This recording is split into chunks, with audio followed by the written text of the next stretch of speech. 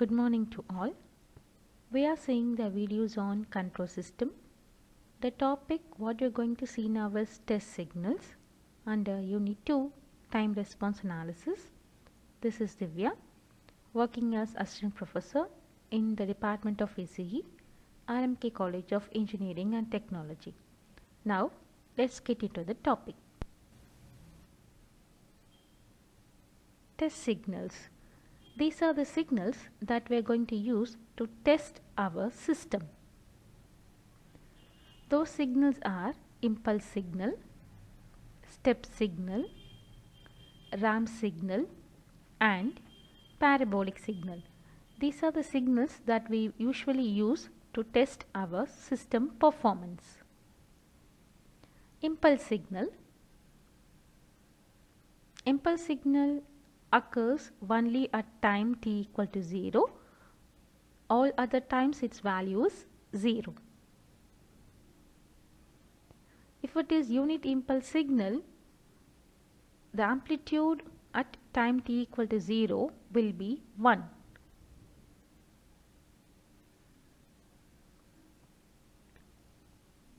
The equation to represent impulse signal is R of t is equal to A at t equal to 0. At all other times R of t equal to 0.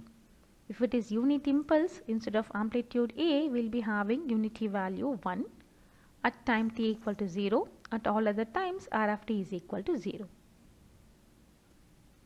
Our second signal is step signal.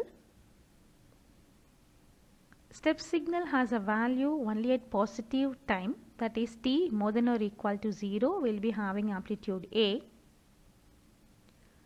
If the signal is unit step signal, then the amplitude will be equal to 1 for t greater than or equal to 0. The equation form of step signal is R of t is equal to A for t more than or equal to 0 and 0 for t less than 0.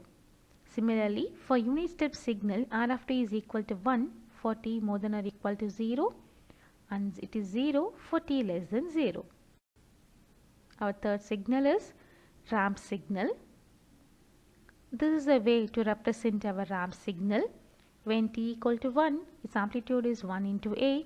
When t equal to 2, its amplitude is 2 into A. If the input is unit ramp signal, then the amplitude A will be equal to 1 and so our graph will be like this. When t equal to 1, its value is 1. When t equal to 2, its value is also 2. The equation to represent our ramp signal is R of t is equal to A into t for t more than or equal to 0 and it is 0 for t less than 0. If it is unit ramp signal, A value will be equal to 1. So we will have R of t equal to t for t more than or equal to 0 and 0 for t less than 0. Our last signal is parabolic signal. This is a way to represent our parabolic signal. 0.5, 2 and 4.5 are sample values taken. If it is unit parabolic signal, A value will be equal to 1. So this is a way to represent our unit parabolic signal. The equation form of our parabolic signal is as follows. R of t is equal to A into t square by 2 for t more than or equal to 0 and it is 0 for t less than 0. Where unit parabolic signal, A value will be equal to 1. So we will have R of t is equal to t square by 2 for t more than or equal to 0 and 0 for t less than 0.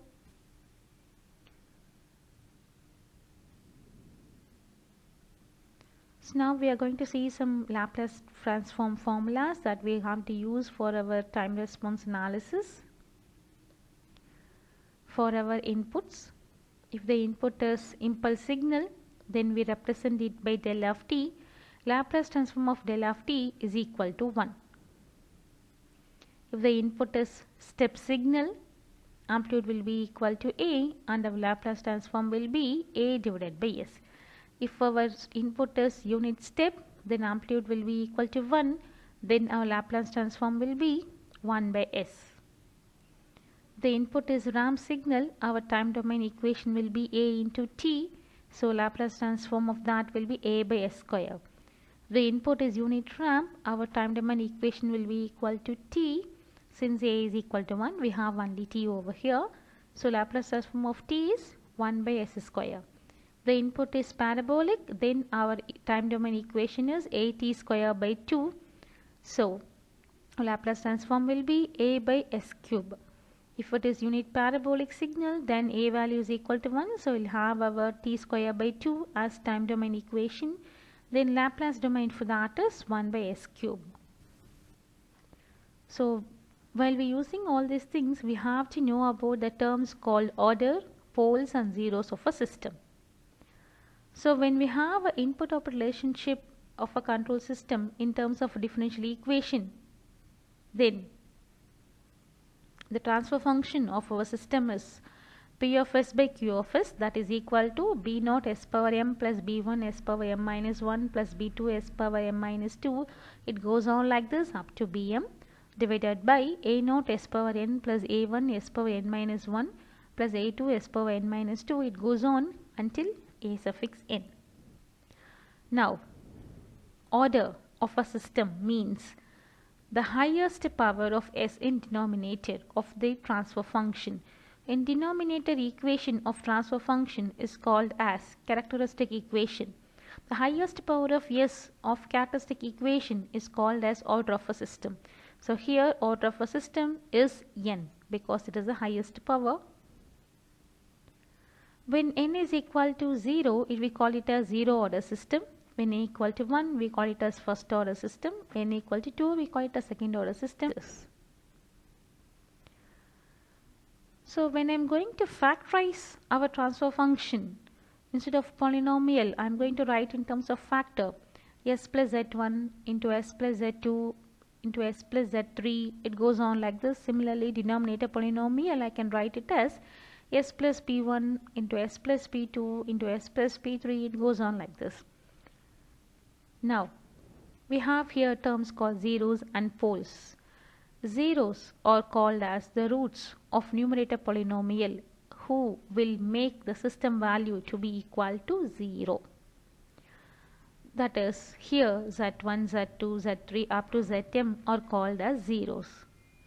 Poles are the roots of denominator polynomial of our transfer function. They are p1, p2 up to pn.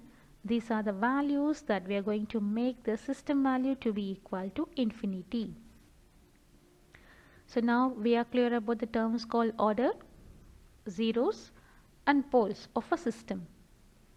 So now, what is order of the given system? So order means, remember, it is the highest power of s in denominator polynomial of our transfer function. So here we have s square as the highest term on the denominator polynomial. So the answer for this system is 2. And we have another question where we have s square plus 6 by s power 4 plus 2s cube plus 4s square plus s plus 3. So order of the given system is 4 since the highest power of s in denominator is equal to 4.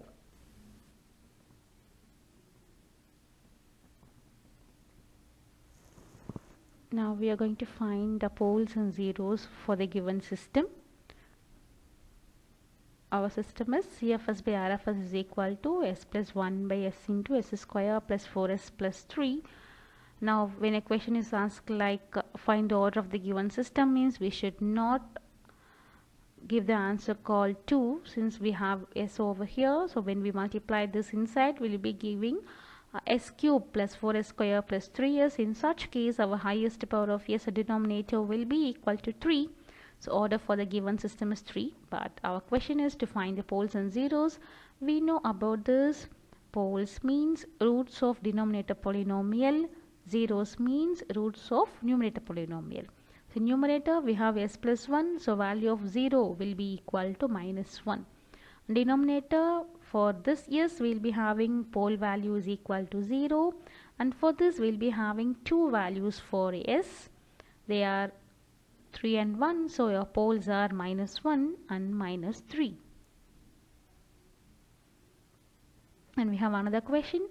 CFS by RFS is equal to 100 by s plus 1 into s plus 2 into s plus 3. We have factors given over here. So it's very easy for us to find the values of poles. In numerator, we don't have any s term, which means there is no 0 at all. So we have to mention that is equal to 0. No zeros for us. And we have 3 factors, which means we'll be having 3 poles located at the values called s is equal to -1, s is equal to -2, and s is equal to -3. I hope now we are all clear about the values called poles, zeros, and order of a given system, and we also know how to find them. Then we also know the test signals that are used to test our given system. Thank you all. We'll meet again in the next video.